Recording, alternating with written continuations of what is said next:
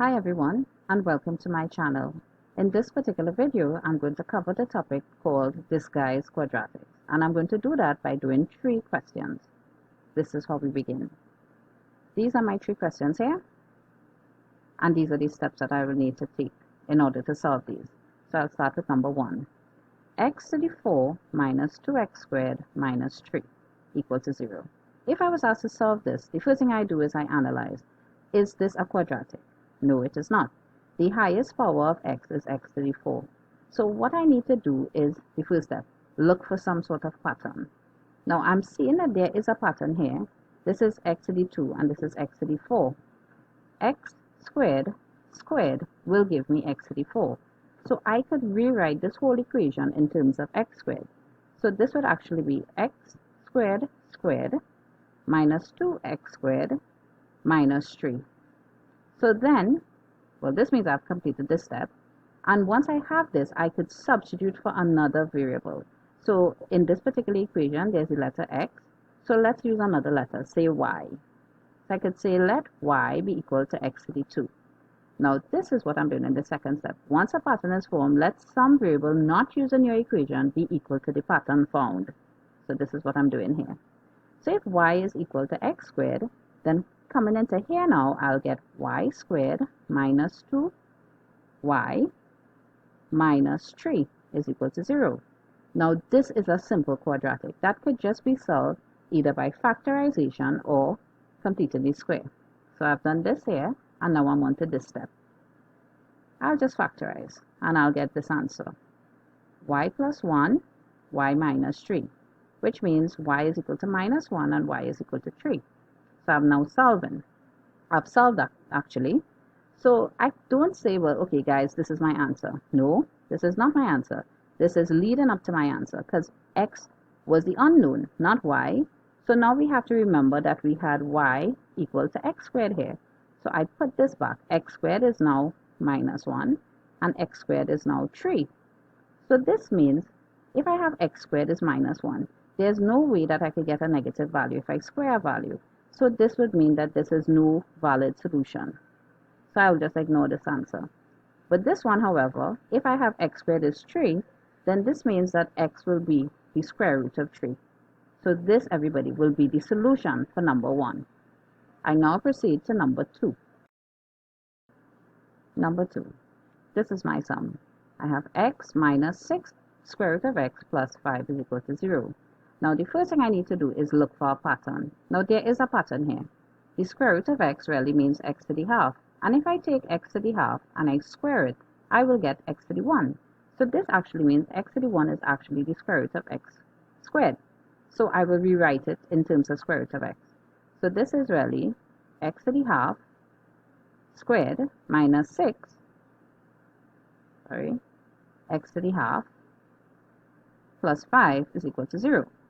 Now once I've developed a pattern, I want to substitute for some unknown value, right? So I'll do this now. So I'll say again, I like to use the letter y in these examples. I'll say let y be equal to x to the half.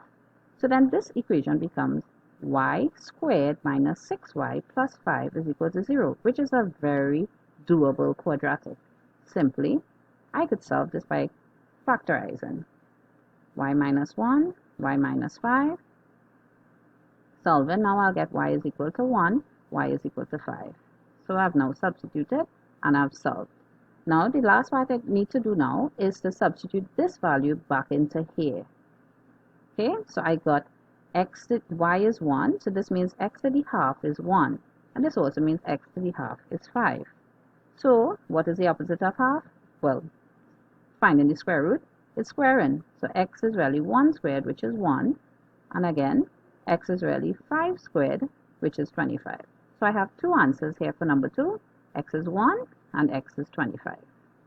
And that takes me to the end of number 2. Now moving on to number 3. Now number 3 looks the most intimidating out of all 3 questions, right? But I tried numbers 1 and 2 first so that you could get the hang of it. Same thing we're doing, we're going to look for a pattern, right?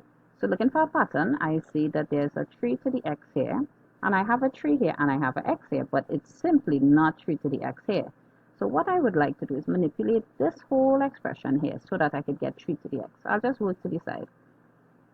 Now, 3 to the 2x really means 3 to the x squared, because when I multiply these two indices, I will get 2x. This plus 1 simply means multiply by 3 to the 1, because the rule of indices goes like this. A to the m by a to the n simply means a to the m plus n.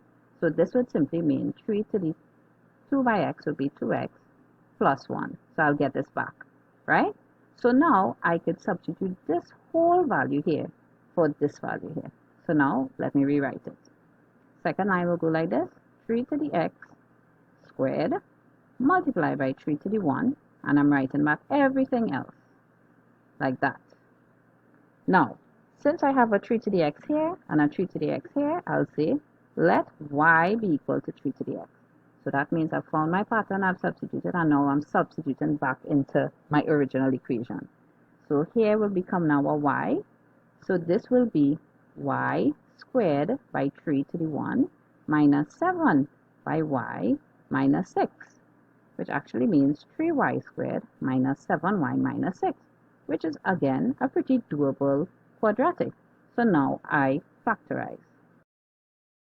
That will give 3y plus 2 and y minus 3 is equal to 0. Solving will make it y is equal to minus 2/3 and y is equal to 3. Now reminding ourselves that y was really 3 to the x, so I say 3 to the x is equal to minus 2/3 and 3 to the x is equal to 3. Now how can I have a 3 to the x and get a minus 2/3? That is not possible. I cannot raise 3 to any value and get a negative value. So again, I'll say no valid solution. But the other answer now, 3 to the x is 3. This 3 really means there's an imaginary 1 there. So it actually means if I cancel these two 3's, x is really 1.